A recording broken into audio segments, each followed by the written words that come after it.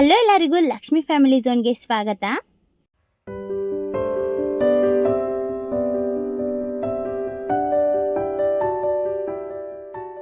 ಚನ್ನಪಟ್ಟಣ ಅಂತ ಅಂದರೆ ನಮಗೆ ನೆನಪಾಗೋದೆ ಚನ್ನಪಟ್ಟಣದ ಗೊಂಬೆಗಳು. ಈ ಚನ್ನಪಟ್ಟಣ ಗೊಂಬೆಗಳು ಇಡೀ ಪ್ರಪಂಚದಲ್ಲೇ ಜನಪ್ರಿಯವಾಗಿದೆ. ಈ ಚನ್ನಪಟ್ಟಣದ ಗೊಂಬೆಗಳಿಗೆ GI ಟ್ಯಾಗ್ ಸಹ ಸಿಕ್ಕಿದೆ. ಅಂತಹ ಚನ್ನಪಟ್ಟಣದಲ್ಲಿ ಅನೇಕ ಪುರಾತನವಾದ ದೇವಾಲಯಗಳು ಇದ್ದಾವೆ. ಅದರಲ್ಲಿ ಒಂದು ನಾವಿವತ್ತು ಹೋಗ್ತಾ ಇರುವ ಶ್ರೀ ಅಪ್ರಮೇಯ ಸ್ವಾಮಿ ದೇವಾಲಯ. ಇದು ಅಂಬೆಗಾಲು ಶ್ರೀಕೃಷ್ಣನ ದೇವಾಲಯ ಅಂತ ಸಹ ಕರೀತಾರೆ. ಈ ಅಂಬೆಗಾಲು ಕೃಷ್ಣನ ದೇವಾಲಯ ಗಂಗರ ಕಾಲದ ದೇವಾಲಯವಾಗಿದೆ. ಇದು 1600 ವರ್ಷದ ಹಳೆಯ ದೇವಾಲಯ. ಬನ್ನಿ, ಈ ವಿಡಿಯೋದಲ್ಲಿ ನಾವು ಈ ದೇವಾಲಯ ಮಹತ್ವವೇನು, ಇಲ್ಲಿ ಇರುವ ಶ್ರೀಕೃಷ್ಣನ ದರ್ಶನವನ್ನ ಪಡೆಯೋದಿಕ್ಕೆ ಅನೇಕ ಕಡೆಗಳಿಂದ ಯಾಕೆ ಬರ್ತಾರೆ, ಅದರ ಜೊತೆಗೆ ಇಲ್ಲಿಗೆ ರೀಚ್ ಆಗೋದು ಹೆಂಗೆ ಅಂತ ಸಹ ನೋಡೋಣ.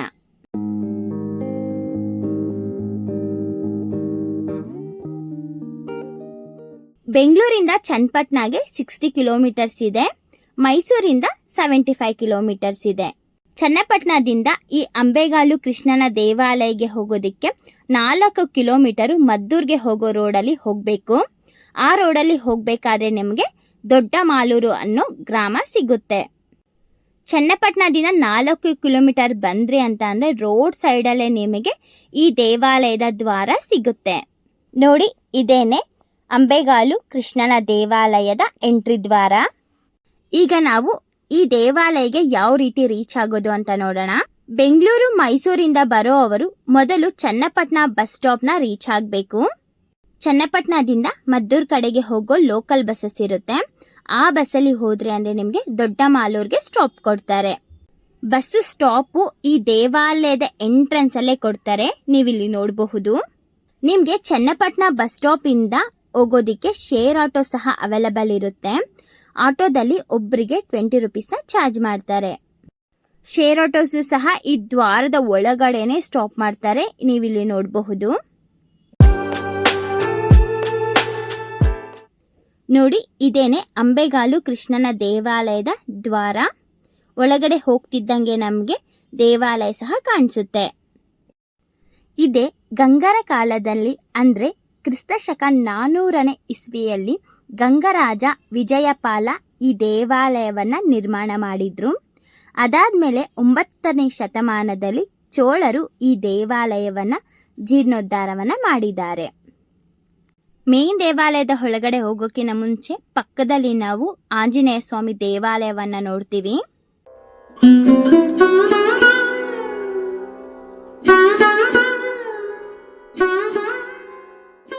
ಈಗ ನಾವು ಮೇನ್ ದೇವಾಲಯದ ಒಳಗಡೆ ಹೋಗೋಣ ಬನ್ನಿ. ದಂತಕಥೆಯ ಪ್ರಕಾರ ರಾಮನು ತನ್ನ ವನವಾಸದ ಸಮಯದಲ್ಲಿ ಕೆಲವು ವರ್ಷಗಳ ಕಾಲ ಇಲ್ಲಿಯೇ ಇದ್ದು ಅಪ್ರಮೇಯನನ್ನು ಪೂಜಿಸಿ ಯಾಗಗಳು ಮತ್ತು ಹೋಮಗಳನ್ನು ನಡೆಸಿದ್ದರು. ಅದರಿಂದ ಪ್ರಧಾನ ದೇವರಿಗೆ ಶ್ರೀರಾಮ ಅಪ್ರಮೇಯ ಎಂಬ ಹೆಸರು ಬಂದಿದೆ.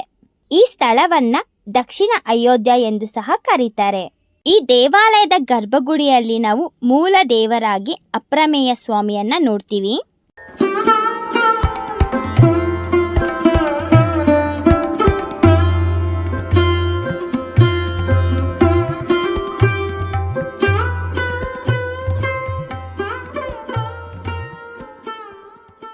ಈ ದೇವಾಲಯದಲ್ಲಿ ನಾವು ಅಂಬೆಗಾಲು ಶ್ರೀಕೃಷ್ಣನ ದೇವರನ್ನು ಸಹ ನೋಡ್ತೀವಿ.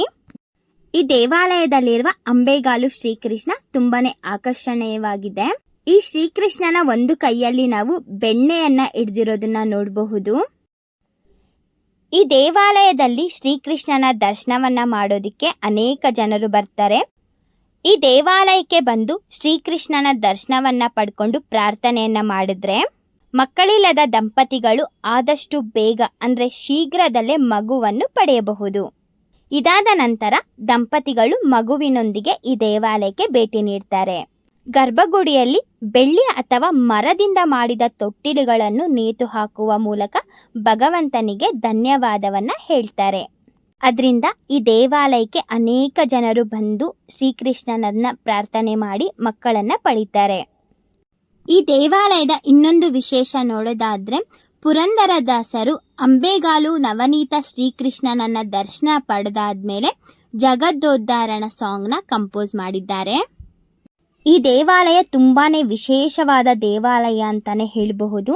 ನೀವು ಈ ಚನ್ನಪಟ್ಟಣ ಕಡೆಗೆ ಬಂದ್ರಿ ಅಂದರೆ ಒಂದು ಸಲನಾದರೂ ಈ ಅಂಬೆಗಾಲು ಶ್ರೀಕೃಷ್ಣನ ದೇವಾಲಯವನ್ನು ಭೇಟಿ ಮಾಡೋದು ಮಿಸ್ ಮಾಡ್ಕೋಬೇಡಿ.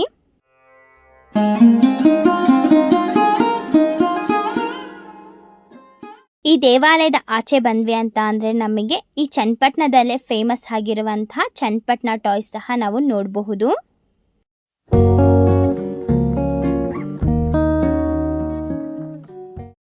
ಈ ದೇವಾಲಯ ಬೆಳಿಗ್ಗೆ 6 ಗಂಟೆಯಿಂದ ಮಧ್ಯಾಹ್ನ 1:30 ತನಕ ಓಪನ್ ಇರುತ್ತೆ ಮತ್ತು ಸಂಜೆ 5 ಗಂಟೆಯಿಂದ ರಾತ್ರಿ 8:30 ತನಕ ಓಪನ್ ಇರುತ್ತೆ. ಯಾರಿಗೆಲ್ಲ ಈ ವಿಡಿಯೋ ಇಷ್ಟ ಆಯಿತು ಲೈಕ್ ಮಾಡಿ, ಶೇರ್ ಮಾಡಿ, ಕಮೆಂಟ್ ಮಾಡಿ. ಇದೇ ಥರ ವೀಡಿಯೋಸ್ಗೋಸ್ಕರ ನಮ್ಮ ಚಾನಲ್ಗೆ ಸಬ್ಸ್ಕ್ರೈಬ್ ಮಾಡೋದು ಮರಿಬೇಡಿ. Thank you.